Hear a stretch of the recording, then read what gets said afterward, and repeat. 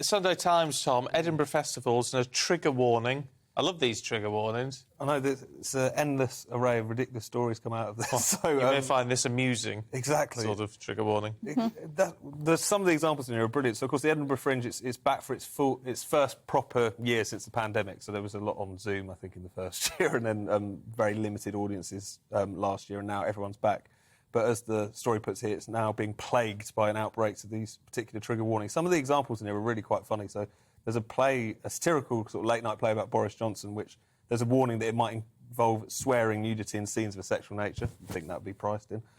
There's a one-man show, it was a monologue, I should say, about Kurt Cobain, which they say it contains, warning that it contains drug references, which, again, you would think was more or less there. And I think my favourite is there's a puppet show called Famous Puppet Death Scenes, which had a warning for violence. Right. Even though it's, pint-sized violence in this particular case. Well, so I mean, they're doing what they say on the tin, sort of thing. I dare say you don't need those warnings necessarily. You could probably pick it up yourself. But it is this kind of quite infantilising idea that you have, which is that everyone is potentially going to be re-traumatised by something, whether it's a Kurt Cobain monologue or a puppet show. You need to wrap everyone in cotton wool as a result of that. I think it's very, very odd. I don't think they count as trigger warnings. And also, providing someone with information is a useful thing. That's not saying, careful, you might not be ready for this. Just saying, this is what's in it.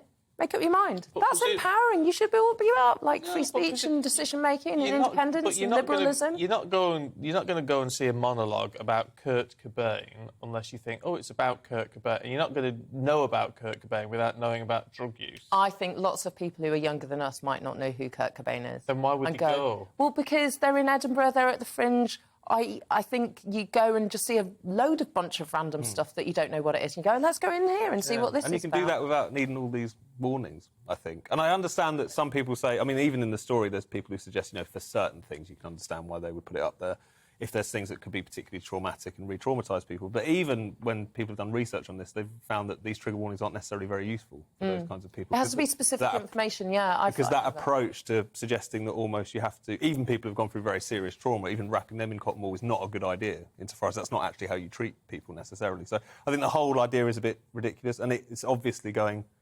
It just seems to be spreading and spreading. Particularly in the arts, you see it on, streaming services for, Disney films, warnings being put up that it reflects values that we no longer hold. All these kinds of things are just pretty rampant at the moment. And I get that it's well-meaning, but it's also quite ridiculous, I think. Yeah, I just find it very odd. I think it's unhelpful to have something like contains violence, because you're like, well, what... Unless it's for children and you go, I don't want my child to see anything violent, or my child will be upset by something violent. So my kid's 4 and he hates things that are either terribly unfair or where the baddie does something bad to the goodie, even though you go, it's OK, I think it's going to be all right in a minute. He's like, I don't like this, I don't want this, I don't want this. So I would make choices based on, the kind of but what next? Movies that are out now. The Harry Potter movie saying, warning, this contains magic. Sinister occultism in this one. Yeah, I don't know. But I think that's the age warnings, that's exactly it. But if someone's an adult, you should trust them to engage with this stuff. I think that's the big difference. Sure.